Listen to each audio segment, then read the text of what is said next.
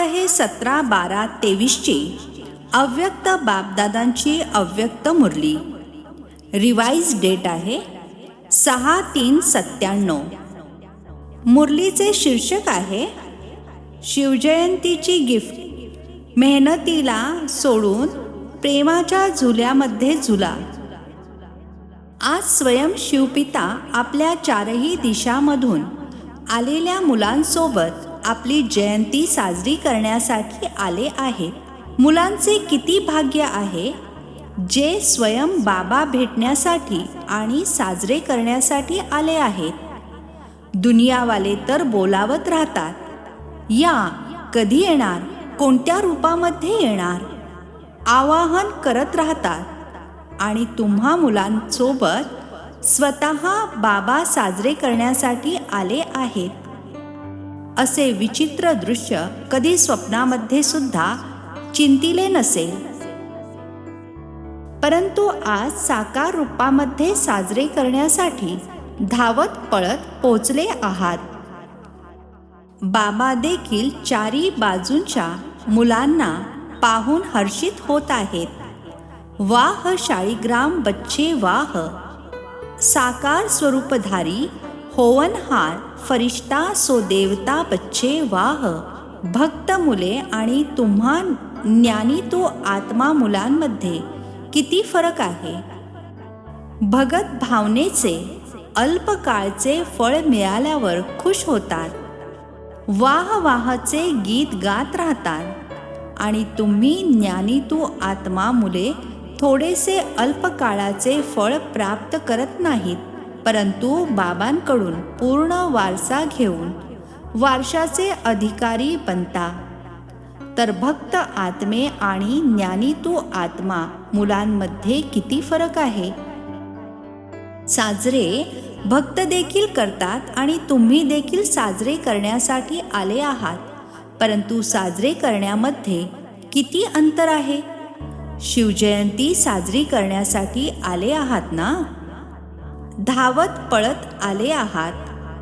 कोणी अमेरिकेहून, कोणी लंडनहून, कोणी ऑस्ट्रेलियाहून, कोणी एशियाहून किती स्नेहाने येऊन पोचले आहात. तर बाप दादा बाबांच्या जयंतीसोबतच मुलांची सुद्धा जयंती आहे. तर बाबांसोबत मुलांच्या जयंतीसाठी देखील शुभेच्छा, अभिनंदन आहे. अभिनंदन आहे कारण या साकारी दुनियेमध्ये एकटे बाबा तुम्हा मुलांशिवाय कोणतेही कार्य करू शकत नाहीत. इतके तुम्हा मुलांवर प्रेम आहे, एकटे करूच शकत नाहीत. पहिले मुलांना निमित्त बनवतात, नंतर बॅकबोन बनून किंवा कंबाईंड होऊन करावनहार होऊन निमित्त मुलांद्वारे कार्य करतात. साकार दुनियेमध्ये मुलांशिवाय एकटे राहणे आवडत नाही. निराकारी दुनियेमध्ये तर तुम्ही मुले बाबांना एकटे सोडून निघून जाता, बाबांच्या आज्ञेवरूनच जाता. परंतु साकार दुनियेमध्ये बाबा मुलांशिवाय राहू शकत नाहीत. मुले अवश्य सोबत पाहिजेत. मुलांचा सुद्धा वायदा आहे, सोबत राहणार, सोबत येणार. फक्त निराकारी दुनियेपर्यंत बाप दादा पाहत होते की सर्व मुलांना बाबांची जयंती साजरी करण्याचा किती उमंग उत्साह आहे. तर बाबा देखील पहा, मुलांच्या स्नेहामुळे तुमच्या सोबत साकार शरीराचा आधार घेऊन पोहोचले आहेत. याला म्हटले जाते अलौकिक प्रेम. मुले बाबांशिवाय राहू शकत नाहीत आणि बाबा मुलांशिवाय राहू शकत नाहीत. अत्यंत प्रेम देखील आहे आणि मग अति न्यारे देखील आहेत. म्हणूनच बाबांची महिमाच आहे न्यारे आणि प्रिय. मुले बाबांसाठी अनेक प्रकारची गिफ्ट, मग ते कार्ड असेल, कोणती वस्तू असेल, उत्साहाने अंतःकरणपूर्वक लिहिलेले पत्र असेल, जे काही आणले आहे त्या सर्वांचे आज वतनमध्ये बाबांकडे सगळ्या गिफ्टचे म्युझियम लागलेले आहे. तुमचे म्युझियम आहे सेवेचे आणि बाबांचे म्युझियम आहे स्नेहाचे. तर सर्वांनी जे काही आणले आहे किंवा पाठवले आहे, सर्वांची स्नेह संपन्न गिफ्ट बाबांकडे आजही संग्रहित आहे, ज्यांना पाहून बाबा आनंदित होत राहतात. वस्तू मोठी नाही आहे, परंतु जेव्हा वस्तूमध्ये स्नेह भरतो तेव्हा ती छोटी वस्तूसुद्धा खूप महान बनते. तर बाप दादा वस्तूला पाहत नाहीत, कागदाच्या कार्डला किंवा पत्राला पाहत नाहीत, परंतु त्यामध्ये सामावलेल्या अंतःकरणातील स्नेहाला पाहतात. म्हणून म्हटले की बाबांकडे स्नेहाचे म्युझियम अर्थात स्नेहाचे संग्रहालय आहे. असे म्युझियम तुमच्या त्या दुनियेमध्ये सुद्धा नाहीये. आहे असे म्युझियम? नाही. जेव्हा बाबा एका प्रेमाच्या गिफ्टला पाहतात, तर पाहताच मुलाचा चेहरा त्यामध्ये दिसतो. असा कॅमेरा आहे तुमच्याजवळ? नाही आहे. गिफ्टला पाहून बापदादांना एक शुभ संकल्प उत्पन्न झाला. सांगू का? करावे लागेल. कराल? तयार आहात? विचार करू नका. बापदादांना संकल्प उत्पन्न झाला. या सर्व गिफ्ट तर बाबांकडे पोचल्या, परंतु यासोबत बापदादांना अजून एक गिफ्ट हवी आहे. तुम्हा लोकांच्या गिफ्ट खूप चांगल्या आहेत, परंतु बापदादांना अजून वेगळी गिफ्टसुद्धा हवी आहे. तर द्याल गिफ्ट? तसेही हे जे यादगार साजरे करतात, शिवजयंती अर्थात काही न काही अर्पण करतात, बलिहार जातात. तर बापदादांनी विचार केला, बलिहार तर सर्व मुले गेली आहेत. बलिहार झाले आहात की अजून थोडे थोडे आपल्याकडे सांभाळून ठेवले आहे? आजच्या दिवशी व्रतसुद्धा करतात. तर बापदादांना संकल्प आला की मुले जी कधी कधी चालता चालता थोडेसे थकून जातात, खूप मेहनतीचा अनुभव करतात किंवा निरंतर योग लावणे कठीण अनुभव करतात, विचार करतात, होऊन तर जाईल. बाबांना दिलासा देतात, तुम्ही काळजी करू नका, होऊन जाईल.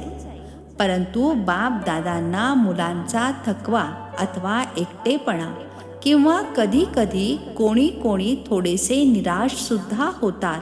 माहीत नाही आमचे भाग्य आहे की नाही. कधी कधी असा विचार करतात, तर हे बाबांना आवडत नाही. सर्वात जास्त बाबांना मुलांची मेहनत चांगली वाटत नाही. मालक आणि मेहनत. बाबांचे देखील बालक सो मालक आहात, भगवंताचे देखील मालक, आणि मग मेहनत करणार तर चांगले वाटेल? ऐकायला सुद्धा चांगले वाटत नाही. तर बाबांना संकल्प आला की मुले बर्थडेची गिफ्ट तर देतातच देतात, तर का नाही आजच्या दिवशी सर्व मुलांनी हे गिफ्टच्या रूपामध्ये द्यावे. ती स्थूल गिफ्ट जी दिली ती तर वतनमध्ये इमर्ज झाली, परंतु निराकारी दुनियेमध्ये तर ही गिफ्ट इमर्ज होत नाही. तिथे तर संकल्पांची गिफ्ट पोहोचते. तर बाबांना संकल्प आला की आजच्या दिवशी सर्व मुलांकडून गिफ्ट घ्यायची आहे. तर गिफ्ट द्याल की देऊन पुन्हा तिथे जाऊन परत घ्याल? असे म्हणाल, मधुवनचे मधुबनमध्ये राहिले आणि आपल्या देशामध्ये आपला देश आहे, असे तर करणार नाही ना. मुले खूप चतुर झाली आहेत. बाबांना म्हणतात की आमची इच्छा तर नसते दिलेली गिफ्ट परत यावी, परंतु येते तर तुम्ही स्वीकारता कशासाठी? येते हे बरोबर आहे, परंतु कोणती वस्तू तुम्हाला पसंत नाहीये आणि कोणी जबरदस्तीने जरी दिली तर तुम्ही घ्याल की परत द्याल? परत द्याल ना. तर स्वीकारताच कशासाठी? माया तर परत आणेल, परंतु तुम्ही त्याला स्वीकारू नका. अशी हिंमत आहे? विचार करून बोला. मग तिथे जाऊन म्हणू नका, बाबा काय करू, इच्छा तर नाहीये परंतु झाले. असे पत्र तर लिहिणार नाही ना. तुमची हिंमत आणि बाबांची मदत. हिंमत कमी करू नका. मग पहा बाबांची मदत मिळते की नाही. सर्वांना अनुभवसुद्धा आहे की हिंमत ठेवल्याने बाबांची मदत वेळेवर मिळते आणि मिळणारच आहे, गॅरंटी आहे. हिंमत तुमची, मदत बाबांची. तर संकल्प काय झाला? चेहरे पाहत आहेत. हिंमत आहे की नाही? हिंमतवाले तर आहात, कारण जर हिंमत नसती तर बाबांचे बनलाच नसता. बनले आहात यावरून सिद्ध होते की हिंमत आहे. फक्त एक छोटीशी गोष्ट करता की हिमतीला गरजेच्या वेळी थोडेसे विसरून जाता. जेव्हा असे काही होते ना, तर हिंमत किंवा मदतीची आठवण अखेरच्या क्षणी येते. वेळेवर सर्व शक्तींना समयानुसार यूज करणे याला म्हटले जाते ज्ञानी तू आत्मा, योगी तू आत्मा. बाप दादांना एका गोष्टीची खूप खुशी आहे. माहीत आहे कोणत्या गोष्टीची? बोला. खूप जणांनी आपले मत सांगितले.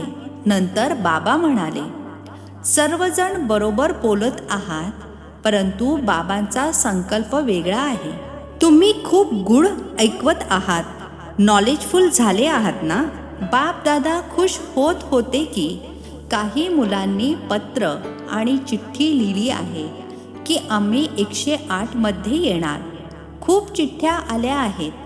बापदादांनी विचार केला, जर इतके 108 मध्ये आले तर 108 ची माळा 5 पदरी बनवावी लागेल. तर 5, 6, 7, 8 पदरी माळा बनवायची ना.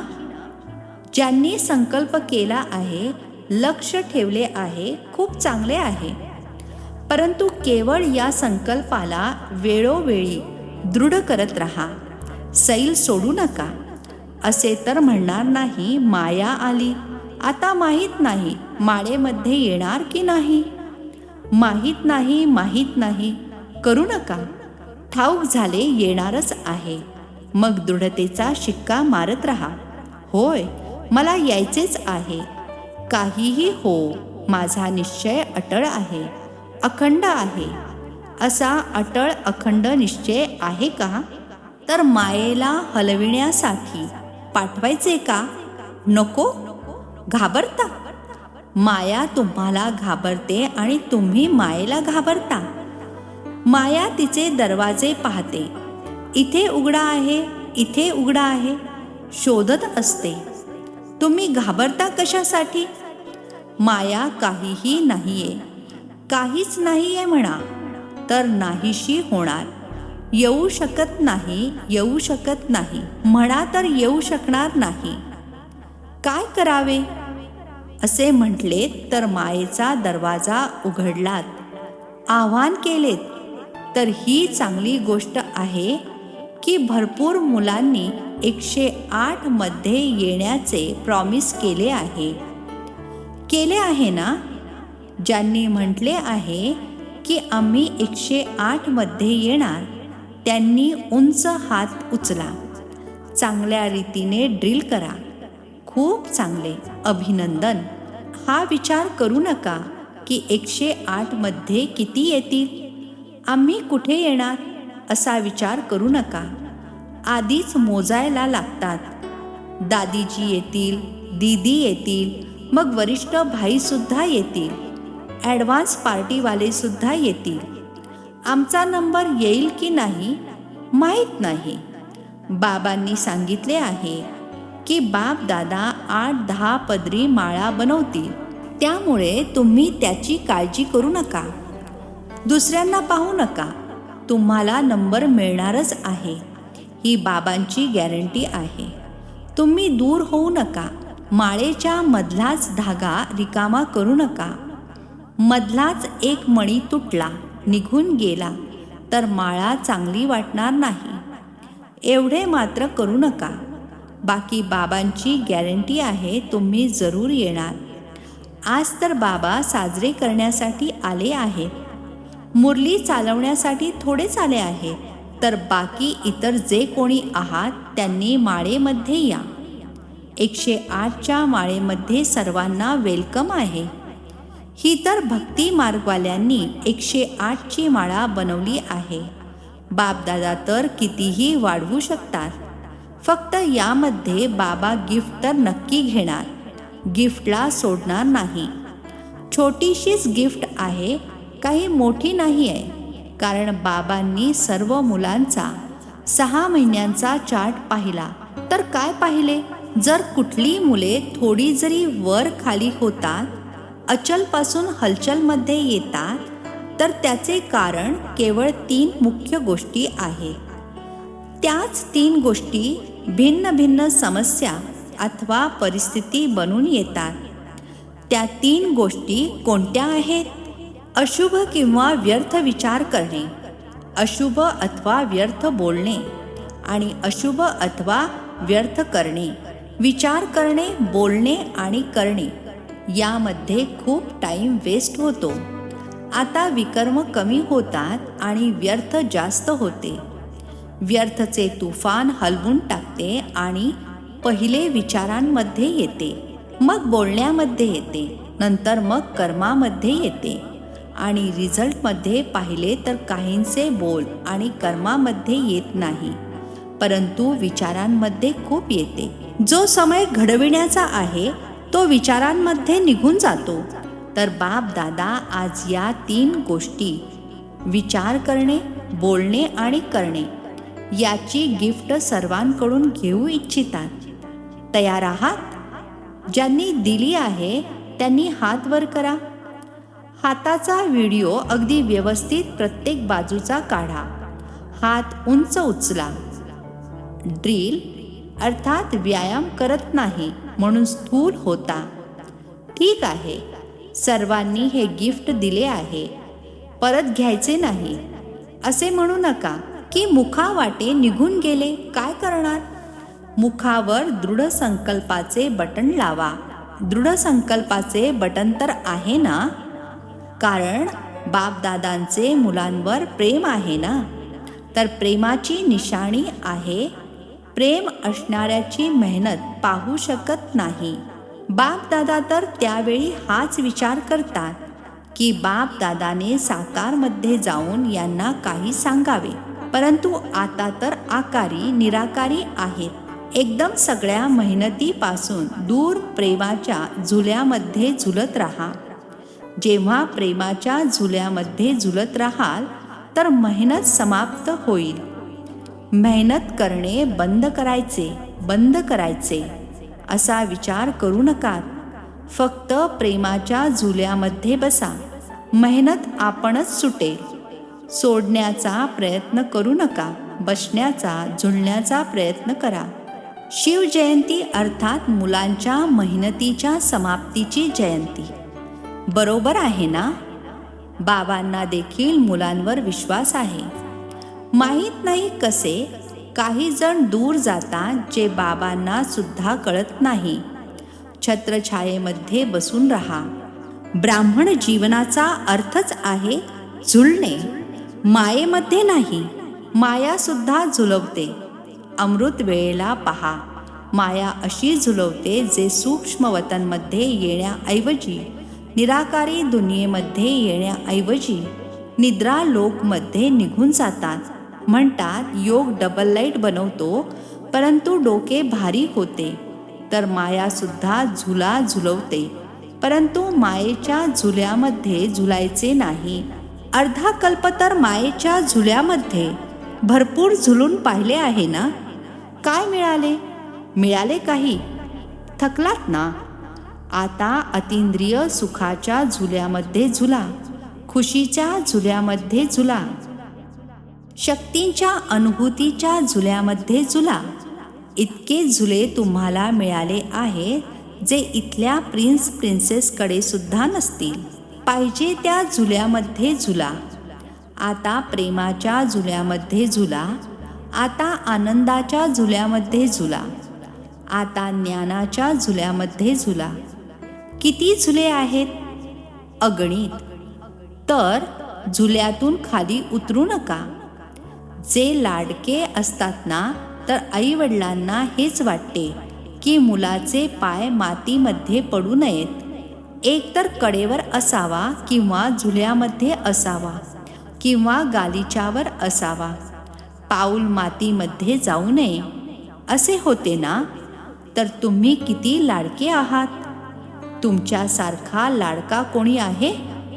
परमात्म्याची लाडकी मुले जर देहभानामध्ये येतात तर देह काय आहे? माती आहे ना.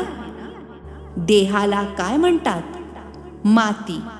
मातीमध्ये मिसळून जाणार, तर ही माती आहे ना. मातीमध्ये पाय का ठेवता? माती चांगली वाटते का? बऱ्याच मुलांना माती चांगली वाटते. बरेच जण माती खातात सुद्धा. परंतु तुम्ही खाऊ नका, पाय सुद्धा ठेवू नका. संकल्प येणे अर्थात पाय ठेवणे. संकल्पामध्ये सुद्धा देहभान येऊ नये. विचार करा, लक्षात ठेवा की आपण किती लाडके आहोत. कोणाचे लाडके आहोत? सतयुगामध्ये सुद्धा परमात्म्याचे लाडके असणार नाही, दिव्य आत्म्यांचे लाडके असाल. परंतु यावेळी परमात्मा पित्याचे लाडके आहात. तर मुलांनी हिमतीच्या हाताद्वारे गिफ्ट दिली म्हणून बाप दादा त्यांना थँक्स करतात. शुक्रिया, धन्यवाद. अच्छा, चोहो बाजूंची अति भाग्यवान मुले जी स्वयं शिवपित्यासोबत शिवजयंती साजरी करत आहेत. अशा पदम गुणाच काय, परंतु जेवढे पण जास्तीत जास्त म्हणावे ते सुद्धा थोडे आहे. अशा महान भाग्यवान आत्म्यांना सदैव प्रत्येक पाऊल बाबांच्या आज्ञेप्रमाणे ठेवणाऱ्या बाबांच्या स्नेही आणि समीप आत्म्यांना सदैव मालकीपणाच्या अचल आसन निवासी जो भविष्य सिंहासन निवासी श्रेष्ठ आत्म्यांना नेहमी बाबांच्या सोबत मजेमध्ये प्रेमाच्या झुल्यामध्ये झुलत सोबत चालणाऱ्या अशा बापदादांच्या सोबती मुलांना बापदादांच्या बर्थडेच्या शुभेच्छा आणि प्रेमपूर्वक आठवण स्वीकार असावी. बाबांचा सर्व मालकांना नमस्ते. आम्हा आत्मिक मुलांचाही आत्मिक पित्याला नमस्ते. आजचे वरदान आहे, ब्राह्मण जीवनामध्ये नेहमी मेहनतीपासून मुक्त राहणारे सर्व प्राप्ती संपन्न भव. ब्राह्मण जीवनामध्ये नेहमी मेहनतीपासून मुक्त राहणारे सर्व प्राप्ती संपन्न भव. स्पष्टीकरण आहे, या ब्राह्मण जीवनामध्ये दाता, विधाता आणि वरदाता तिन्ही संबंधाने इतके संपन्न बनता जे बिना मेहनत रुहानी मौजमध्ये राहू शकता. बाबांना दात्याच्या रूपामध्ये आठवण करा तर रुहानी अधिकारीपणाचा नशा राहील. शिक्षकाच्या रूपामध्ये आठवण कराल तर गॉडली स्टुडंट आहे, या भाग्याचा नशा राहील. आणि सद्गुरू प्रत्येक पावलामध्ये वरदानाद्वारे चालवत आहे. प्रत्येक कर्मामध्ये श्रेष्ठ मत वरदात्याचे वरदान आहे. असे सर्व प्राप्तींनी संपन्न राहाल तर मेहनतीपासून मुक्त व्हाल. स्लोगन आहे, बुद्धीचा हलकेपणा आणि महिनता ही सर्वात सुंदर पर्सनॅलिटी आहे. बुद्धीचा हलकेपणा आणि महिनता ही सर्वात सुंदर पर्सनॅलिटी आहे. अच्छा, ओम शांती. नवनवीन मराठी व्हिडिओज प्राप्त करण्यासाठी सबस्क्राईब करा मराठी गॉड रिपोर्ट चॅनलला.